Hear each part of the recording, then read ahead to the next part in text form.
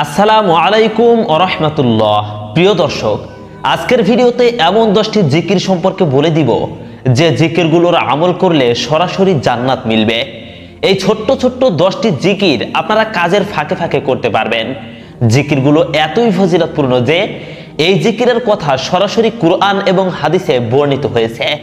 চলুন তাহলে প্রথমে জেনে নেওয়া যাক এই জিকিরগুলো সম্পর্কে কুরআন এবং হাদিসে কি বলা হয়েছে।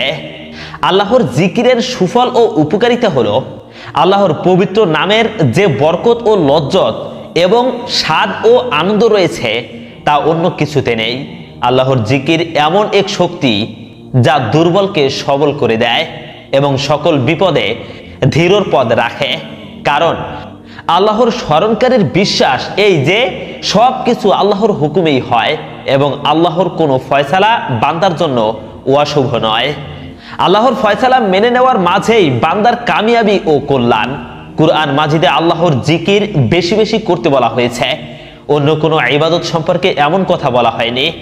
কুরআন মাজিদে আল্লাহর জিকির বেশি বেশি করতে বলা হয়েছে কারণ আল্লাহর জিকির তথা আল্লাহর স্মরণ এমন এক বিষয় যা মানুষকে সব ধরনের গুনাহ থেকে রক্ষা করে এবং শরীয়তের হুকুম মোতাবেক চলতে সাহায্য করে।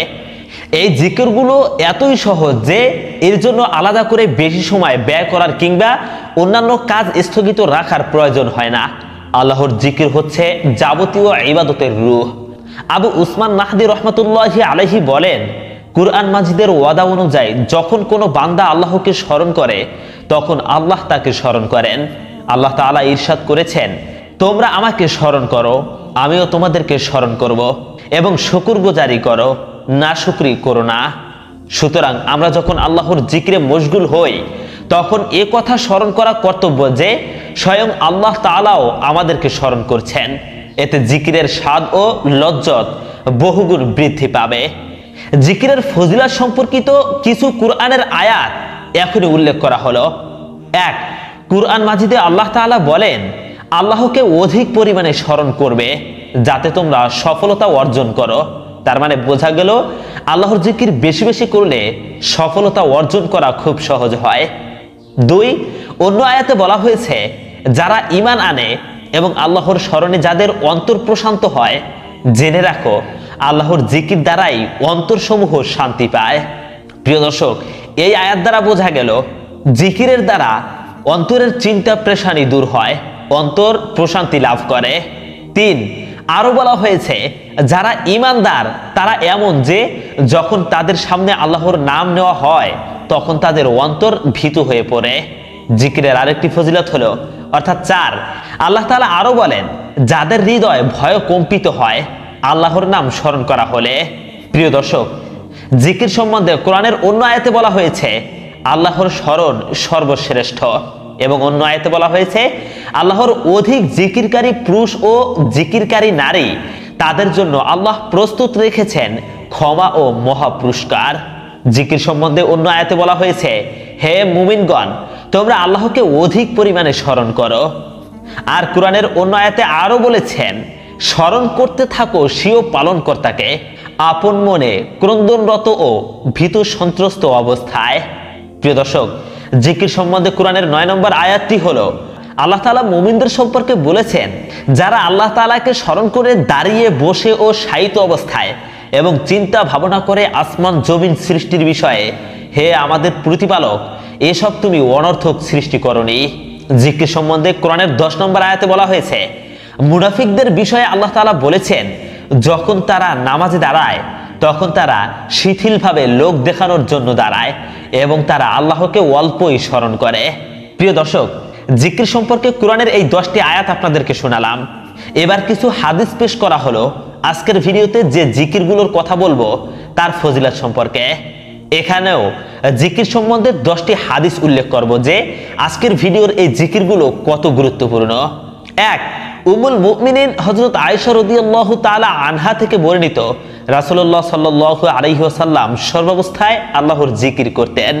জিকির সম্বন্ধে আরেকটি হাদিস হলো হযরত আবু হুরায়রা রাদিয়াল্লাহু তাআলা আনহু থেকে বর্ণিত, রাসূলুল্লাহ সাল্লাল্লাহু আলাইহি ওয়াসাল্লাম বলেছেন, আল্লাহ তাআলা বলেন, আমি বান্দার সাথে ওইরূপ ব্যবহার করি যেরূপ সে আমার প্রতি ধারণা রাখে। সে যখন আমাকে স্মরণ করে আমি তার সাথে থাকি, সে যদি আমাকে অন্তরে স্মরণ করে আমিও তাকে অন্তরে স্মরণ করি, সে যদি কোনো মজলিসে আমার কথা আলোচনা করে তবে আমিও তার চেয়ে উত্তম মজলিসে তার আলোচনা করি। সহিহ বুখারী শরীফের হাদিস। জিকির সম্বন্ধে 3 নম্বর হাদিসটি হলো হযরত আবু মুসা রাদিয়াল্লাহু তাআলা আনহু থেকে বর্ণিত। রাসূলুল্লাহ সাল্লাল্লাহু আলাইহি ওয়াসাল্লাম বলেছেন, যে তার প্রতিপালককে স্মরণ করে আর যে করে না তাদের দৃষ্টান্ত হলো জীবিত ও মৃতের মতো। অর্থাৎ যে আল্লাহকে স্মরণ করে সে জীবিত, আর যে স্মরণ করে না সে মৃত। প্রিয় দর্শক, জিকির সম্বন্ধে 4 নম্বর হাদিসটি হলো হযরত আবু হুরায়রা রাদিয়াল্লাহু তাআলা আনহু থেকে বর্ণিত। রাসূলুল্লাহ সাল্লাল্লাহু আলাইহি ওয়াসাল্লাম মক্কার পথে জুমদান পাহাড়ের পাদদেশ দিয়ে চলছিলেন।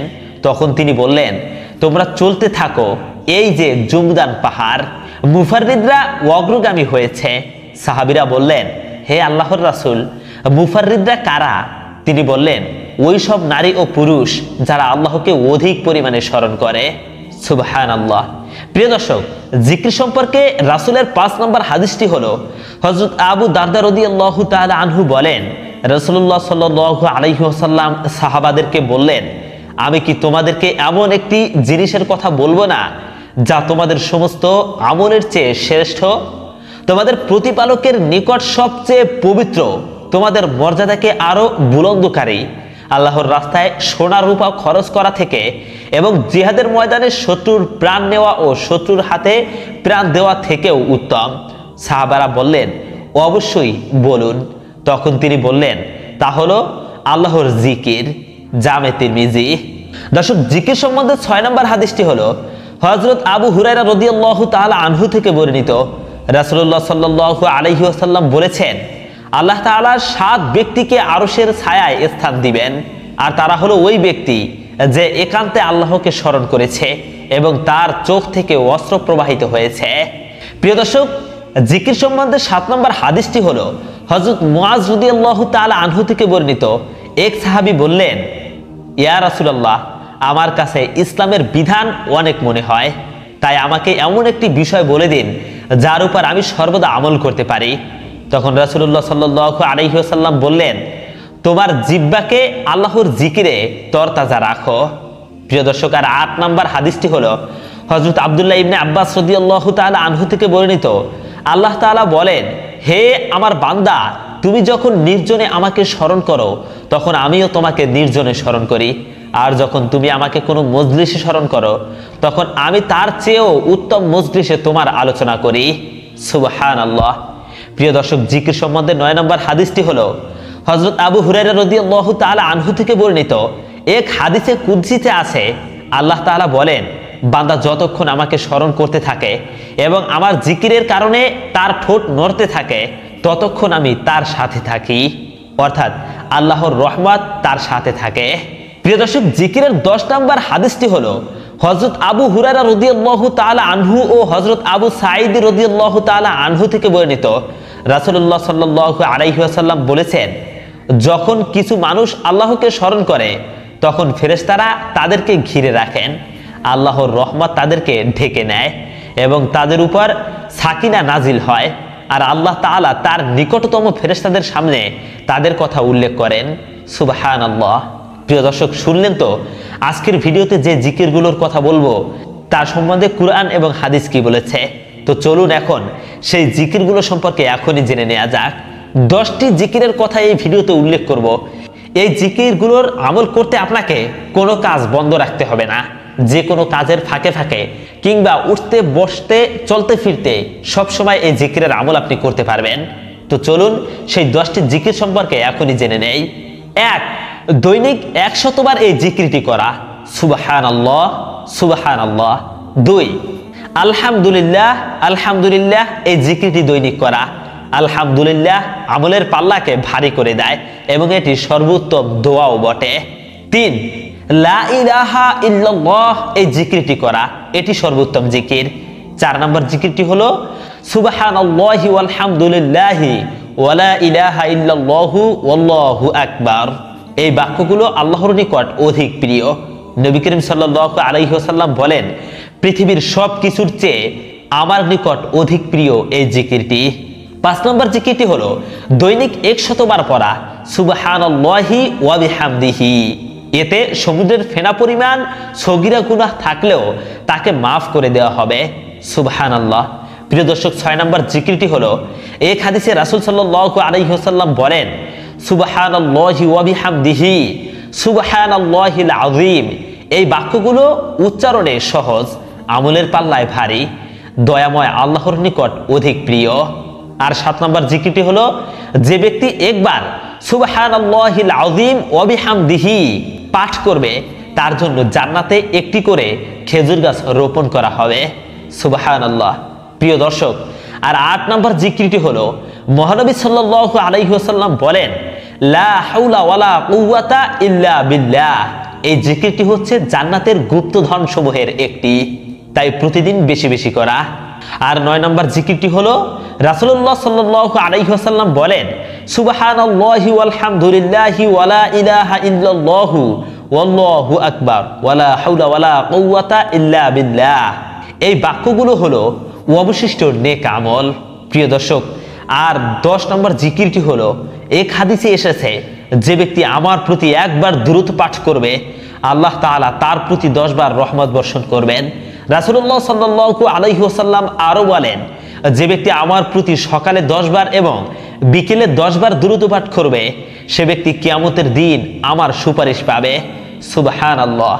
প্রিয় দর্শক, এই 10টি জিকির আমল প্রতিদিন করার চেষ্টা করুন। এই জিকির করার জন্য আপনার কোনো কাজ বন্ধ রাখতে হবে না। আপনি চাকরির কাজ করতেছেন কিংবা আপনি নিজের কাজ করতেছেন বা চলতেছেন ফিরতেছেন, উঠতে বসতে যে কোনো অবস্থায় এই জিকিরগুলোর আমল করা সম্ভব। জিকিরগুলো খুবই ছোট এবং আমলে এবং ফজিলতের দিক থেকে অনেক বেশি গুরুত্বপূর্ণ। দর্শক, আজকের ভিডিওটি এই পর্যন্ত। পরবর্তী ভিডিওটি পেতে এখনই আমাদের চ্যানেলটি সাবস্ক্রাইব করুন। আসসালামু আলাইকুম ওয়া রাহমাতুল্লাহ। আর হ্যাঁ, অবশ্যই ভিডিওটিকে শেয়ার করে দিন।